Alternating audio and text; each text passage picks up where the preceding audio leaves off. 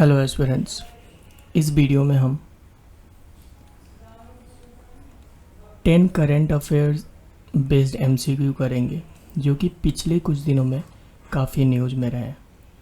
ठीक है, और अगर आप डेली के 10 करंट अफेयर बेस्ड न्यूज़ करते हो यानी कि महीने का 300 एमसीक्यू आप करते हो। ठीक है, और 2023 का जो प्रीलिम्स पेपर है उसको देखने के बाद ये तो पता चल जाता है कि ये जो एमसीक्यूज़ होते हैं इनको प्रैक्टिस करना बहुत ही ज़रूरी है। ठीक है, तो चलिए हम चालू करते हैं। पहला जो हमारा क्वेश्चन है ये बोल रहा है, income is one of the indicator of calculating national multidimensional poverty index. यानी कि जब हम national multidimensional poverty index calculate करते हैं, जो कि कौन करता है, नीति आयोग। इसमें इनकम एक क्राइटेरिया होता है, ये नहीं होता, ये गलत है क्योंकि इनकम इसमें क्राइटेरिया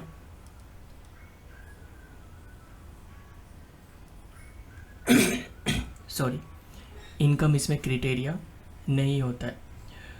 जो ये जो national multidimensional poverty index है इसके 3 डायमेंशंस हैं। ठीक है, 3 डायमेंशंस है। पहला डायमेंशन है हेल्थ,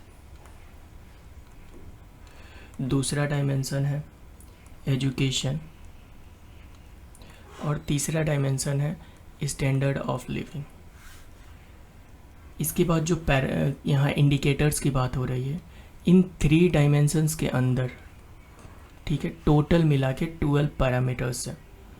ठीक है, तो उन पैरामीटर्स की बात की जा रही है यहाँ पे। तो पहला पैरामीटर है हेल्थ और न्यूट्रिशन, हेल्थ के अंदर जो कि है न्यूट्रिशन। ठीक है, दूसरा पैरामीटर है चाइल्ड मोर्टेलिटी। देन एजुकेशन के अंदर years of schooling plus school attendance, ये पैरामीटर्स हैं। और आखिरी में यहाँ पे 6 पैरामीटर्स है टोटल। पहला है कुकिंग फ्यूल, दूसरा है सैनिटाइजेशन,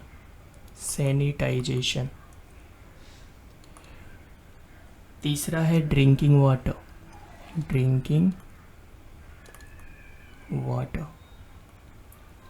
चौथा है इलेक्ट्रिसिटी,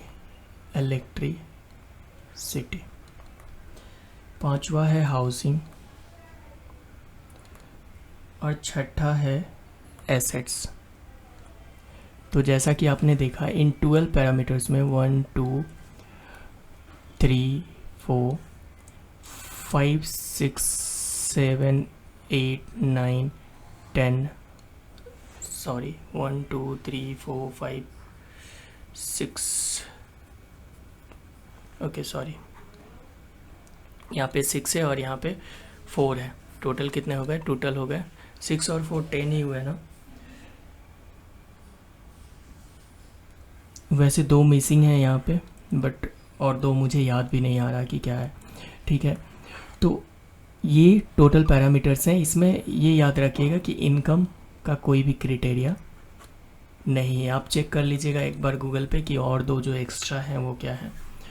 तो ये पहला स्टेटमेंट गलत हो गया। ठीक है, अगर पहला स्टेटमेंट गलत हो गया यानी कि बोथ ए एंड बी, ये भी नहीं हो सकता, और यहाँ भी पहला स्टेटमेंट है तो ये भी गलत हो गया। ठीक है, बाकी दोनों ऑप्शंस हो सकते हैं। As per the national multidimensional poverty 2023, southern states have witnessed smaller reduction in poverty. ये बात बिल्कुल सही है कि जो साउथर्न स्टेट्स हैं इनमें जो पॉवर्टी का रिडक्शन है ये बहुत कम है, और जो नॉर्दर्न स्टेट है यहाँ जो पॉवर्टी रिड्यूस हुई है ये बहुत ज़्यादा है।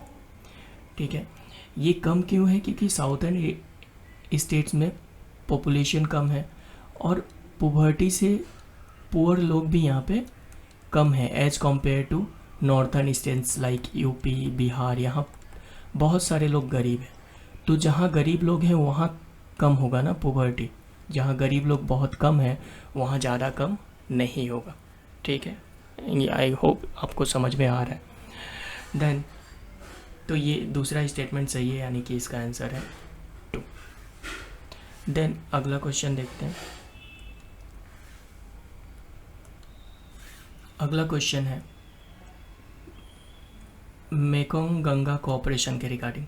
ठीक है, it is A initiative by India and 5 Asian countries.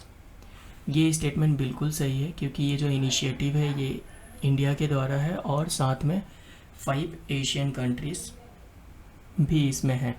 ये 5 एशियन कंट्रीज कौन सी है इसमें? लाओ है,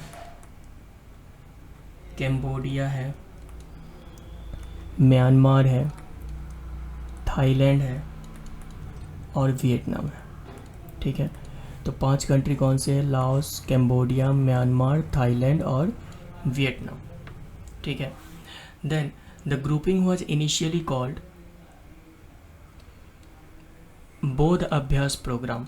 ठीक है, तो ये स्टेटमेंट बिल्कुल गलत है, क्योंकि ये जो बोला जा रहा है कि इसको बौद्ध अभ्यास प्रोग्राम है, ये बौद्ध अभ्यास प्रोग्राम नहीं बल्कि इसका नाम था गंगा स्वर्ण भूमि प्रोग्राम।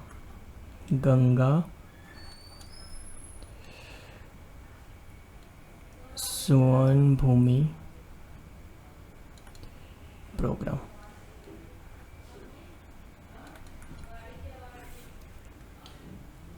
ठीक है, then the third statement, it is a trade bloc. ठीक है, ट्रेड ब्लॉक मतलब कंट्रीज आपस में मिलके एक ट्रेड का ग्रुप बना रही है। ठीक है, trade block that restricts economic cooperation. यहाँ पे दिया गया है रेस्ट्रिक्ट इकोनॉमिक कोऑपरेशन, बल्कि ये जो ग्रुपिंग है ये इकोनॉमिक कोऑपरेशन को रेस्ट्रिक्ट नहीं करती है। ठीक है, ये रेस्ट्रिक्शन के लिए नहीं बल्कि इकोनॉमिक कोऑपरेशन के लिए ये बनाई गई है। ठीक है, तो ये भी गलत हो जाता है, यानी कि हमारा आंसर जो है वो है 1 ओनली। अगला क्वेश्चन है with reference to radio collars. ठीक है, जैसे जो एनिमल्स होते हैं,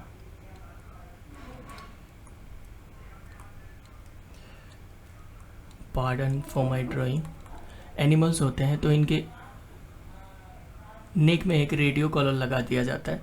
ठीक है, और इससे क्या किया जाता है वो इसके फंक्शंस बताने हैं आपको।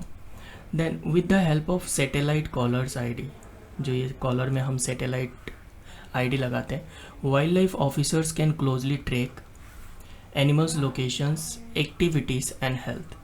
तो ये बिल्कुल सही है कि हम एनिमल का लोकेशन, एनिमल कहाँ पे है, एक्टिविटीज़ क्या कर रहा है एनिमल, और हेल्थ, एनिमल ठीक है या नहीं। ठीक है, ये सब हम बता सकते हैं इसके मदद से। Then second one is the GPS used in collars में जो जीपीएस यूज हो रहा है is different to that used in smartphones. वो दोनों जीपीएस अलग अलग हैं। ठीक है, ये स्टेटमेंट बिल्कुल गलत है, क्योंकि दोनों ही जो जीपीएस है वो सेम है। Third one, the radio collars serve as warning system for animal notifying them potential adversaries. यानी कि मानिए कि यहाँ पे एक हिरन जा रही है। ठीक है, हिरन के लिए एडवर्सरी क्या है? टाइगर। तो अगर एक टाइगर सामने से आता है तो ये वार्निंग सिस्टम की तरह काम करता है, बल्कि ये बात बिल्कुल गलत है। ऐसा कोई वार्निंग सिस्टम का फीचर इसमें नहीं है। तो यहाँ 2 गलत हो गए हैं। तो सही कितने हैं? हमसे पूछा गया है कितने स्टेटमेंट सही है। ठीक है, तो यहाँ पे एक स्टेटमेंट सही है, तो हम 1 ओनली मार्क कर देंगे।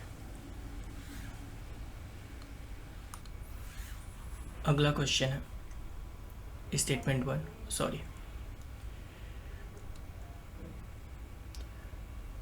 Question number 4।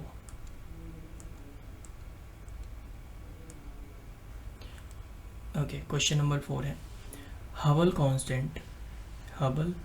Constant represent the gravitational force exerted by Hubble space telescope on celestial bodies. तो ये जो स्टेटमेंट है वो गलत है, क्योंकि हबल कांस्टेंट क्या है? हबल कांस्टेंट है the rate at which universe is expanding, ठीक है, और हबल कांस्टेंट जो है वो एक ग्रेविटेशनल फोर्स नहीं है, ठीक है। जिस रेट से यूनिवर्स एक्सपैंड कर रहे हो उस रेट को हम हबल कांस्टेंट कहते हैं। Then option 2, the value of Hubble constant has been subject of scientific investigation and refinement over the years, ठीक है। तो ये जो वैल्यू है ये साइंटिफिक इन्वेस्टिगेशन का मुद्दा रहा है और धीरे धीरे इसको रिफाइन करके कोशिश किया जा रहा है कि ये एग्जैक्ट वैल्यू जो हो वो हम ला पाए, ठीक है। तो ये भी स्टेटमेंट सही है। Gravitational lensing is one of the proposed method use to measure Hubble constant. तो बहुत सारे मेथड हैं, उनमें से एक मेथड है ग्रेविटेशनल लेंसिंग। आपको ग्रेविटेशनल लेंसिंग वैसे की कैसे जाती है ये ज़रूरी नहीं है कि आपको पता हो, क्योंकि ये काफ़ी डीप कॉन्सेप्ट चला जाएगा, आपको रिसर्च नहीं करना इन पेपर में, ठीक है। आपको ये पता होना चाहिए कि ग्रेविटेशनल लेंसिंग जो है वो हबल कांस्टेंट को मेजर करने के काम आता है, एक मेथड है। तो यहाँ पहला तो गलत हो गया है, पहला गलत हो गया है तो इसको कट कर दीजिए, इसको कट कर दीजिए और इसको कट कर दीजिए। यानी कि अगर हमें बाकी दोनों ना भी पता होता तो आंसर क्या है, आंसर है 2 और 3। अगला क्वेश्चन है हमारा, अगला क्वेश्चन है हमारा एडवांस ऑथराइजेशन स्कीम के रिगार्डिंग, ठीक है। The scheme allows duty free imports of inputs for export purpose. बोला जा रहा है कि मान लीजिए कि आप कोई गुड बना रहे हैं, ये वाला गुड्स बना रहे हैं, बट इस गुड को आप एक्सपोर्ट करना चाहते हैं, ठीक है। और इस गुड को बनाने के लिए जो इनपुट लग रहा है, ठीक है, इनपुट, ये अगर आप बाहर से इंपोर्ट करते हो तो इसको ड्यूटी फ्री रखा जा रहा है, ठीक है। इस स्कीम में जो इनपुट आप इंपोर्ट करोगे, ठीक है, किसके लिए, ताकि आप एक ऐसा गुड बनाओ जो गुड आपको एक्सपोर्ट करना है, तो ऐसे इनपुट को ड्यूटी फ्री रखा जाएगा, ठीक है। तो ये बिल्कुल सही बात है। And then the second one is directorate general of foreign trade is implementing the advance authorization, ठीक है। तो इम्प्लीमेंट कौन कर रहा है इसे, directorate general of foreign trade, और ये भी स्टेटमेंट बिल्कुल सही है। तो आंसर क्या हो गया, बोथ 1 और 2।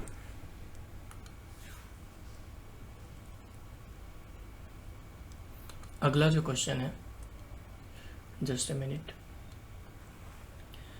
अगला जो क्वेश्चन है ये है DP3 वैक्सीन के रिगार्डिंग, ठीक है।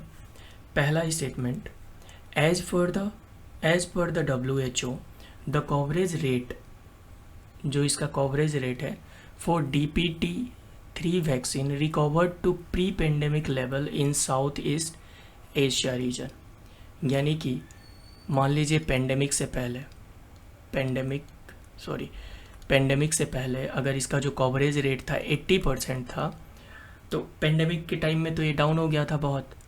तो ऐसा बोला जा रहा है कि साउथ ईस्ट एशिया रीजन में ये फिर से वापस 80% हो गया, ठीक है। वैसे 80% से ज़्यादा था, ये समवेयर अराउंड 90 था। तो ये जो प्री पेंडेमिक से पहले जो लेवल था ना, उस लेवल पे फिर से पहुंच गया, ठीक है। तो ये डेटा जो है ये बिल्कुल सही है। Number 2, the DPT vaccine protects against dengue, polio, tuberculosis, ठीक है। ये स्टेटमेंट जो है हमारा ये गलत है, क्योंकि जो DPT वैक्सीन है ये इन बीमारियों के लिए यूज नहीं होती, ये डिप्थेरिया नाम की बीमारी के लिए यूज होती है, डिप्थेरिया, ठीक है, नॉट फॉर दिस बीमारीज। तो हम ये कर लेते हैं protects against diphtheria and tetanus.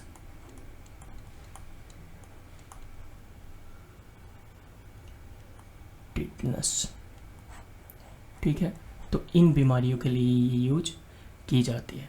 तो यहाँ से हमारा जो करेक्ट आंसर हो जाएगा वो क्या हो जाएगा, करेक्ट हो जाएगा 1 ओनली। अगला जो क्वेश्चन है ये बात कर रहा है एक्सपोर्ट एक्सपोर्ट प्रिपेयर्डनेस इंडेक्स 2022 के बारे में, ठीक है। इसमें ये कहा जा रहा है कि Haryana has topped the index among landlocked regions, यानी कि जो इंडिया में जो रीजन्स है जो लैंडलॉक्ड है, जैसे हरियाणा हो गया, दिल्ली हो गया, छत्तीसगढ़ हो गया, ठीक है, जिसके बाउंड्रीज वाटर बॉडीज से नहीं लगती, ठीक है। तो उन स्टेट्स में हरियाणा ने टॉप किया है। तो ये स्टेटमेंट बिल्कुल सही है। दूसरा स्टेटमेंट है the index has been released by Reserve Bank of India. ये आप देख के आसानी से कट कर सकते हो, क्योंकि रिजर्व बैंक ऑफ इंडिया का ऐसी कोई रिपोर्ट पब्लिश नहीं करती है, ठीक है। तो ये जो रिपोर्ट पब्लिश की गई है ये किया है नीति आयोग ने, नीति आयोग, ठीक है। The index aims to undertake comprehensive analysis of states and UTs across export related parameters in order to identify their strength and weaknesses. Third statement भी सही है। तो सेकेंड स्टेटमेंट गलत था, यानी कि 1 और 3 सही है, 1 और 3 सही। अगला जो क्वेश्चन है ये है, okay, which of the following is connected by Bosphorus straight. तो आपको बताना है कि इनमें से बॉस्फोरस स्ट्रेट जो है वो किन को कनेक्ट करता है, ठीक है। बॉस्फोरस स्ट्रेट को हम इस्तांबुल स्ट्रेट के नाम से भी जानते हैं, ठीक है। इसको इस्तांबुल स्ट्रेट के नाम से भी जानते हैं। ये जो स्ट्रेट है ये ब्लैक सी और सी ऑफ मरमरा को कनेक्ट करता है। ये ब्लैक सी हो गई और ये सी ऑफ मरमरा, इन दोनों के बीच में जो स्ट्रेट है ये ब्लैक सी, ये सी ऑफ मरमरा, दोनों के बीच में जो स्ट्रेट है इसका नाम है Bosphorus strait, sorry STRIT। Then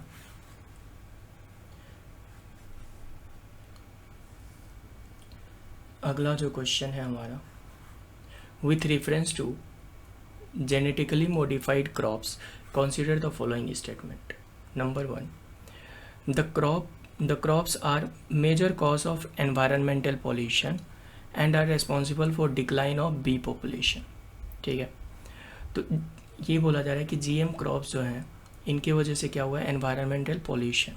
but GM crops के कारण एनवायरमेंटल पॉल्यूशन नहीं होते, और होते भी हैं तो बहुत माइनर लेवल पे होते हैं, ये एक मेजर कॉज नहीं है। बट ऐसा देखा गया है कि बी पॉपुलेशन जो है वो GM क्रॉप्स की वजह से डिक्लाइन हो रही है। दूसरा, तो ये स्टेटमेंट जो है गलत है, क्योंकि ये मेजर एनवायरमेंटल पॉल्यूशन का रीजन नहीं है।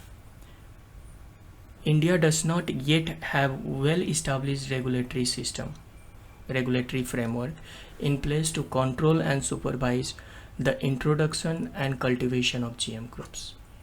इंडिया के पास कोई वेल इस्टेब्लिश्ड रेगुलेटरी फ्रेमवर्क नहीं है, ये बोला जा रहा है। पर ऐसा नहीं है, इंडिया के पास बहुत अच्छा रेगुलेटरी फ्रेमवर्क है, इस वजह से ये भी गलत हो गया, ठीक है। जैसे कि इंडिया के पास एक बॉडी है GEAC, है ना, जेनेटिक इंजीनियरिंग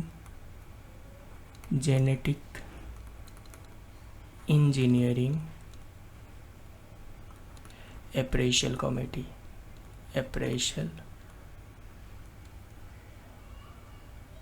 कमेटी, जो कि डील करती है, ठीक है, जो कि डील करती है जेनेटिक इंजीनियरिंग क्रॉप से, ठीक है। तो इंडिया के पास ऑलरेडी एक well structure, well design regulatory framework है। ये तो एक बॉडी है, और भी बॉडीज है, जैसे Indian council of agriculture and research होता है ना शायद, ओके, आप चेक कर लीजिएगा एक बार। ICAR का full form Indian council of agriculture and research, ये भी बॉडी है, और भी बहुत सारी बॉडीज़ हैं, जो डील करती है इससे। Golden rice is a type of GM crop, तो गोल्डन राइस बिल्कुल एक टाइप ऑफ जीएम क्रॉप है, ठीक है। तो ये दोनों गलत हो गया, एक ही सही है। यहाँ हमें बताना है how many statements are correct. तो here only one statement is correct.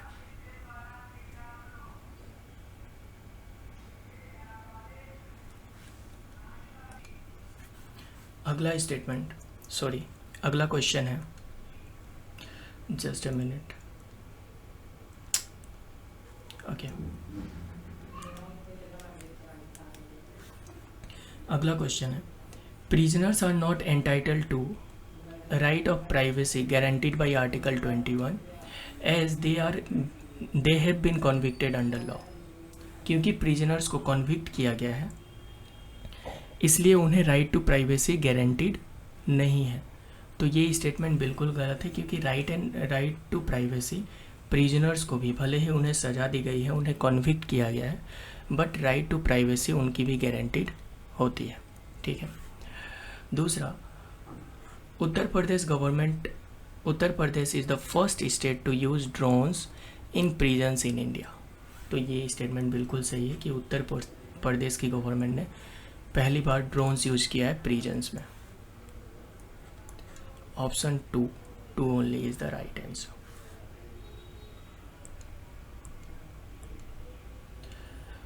So that's it for today.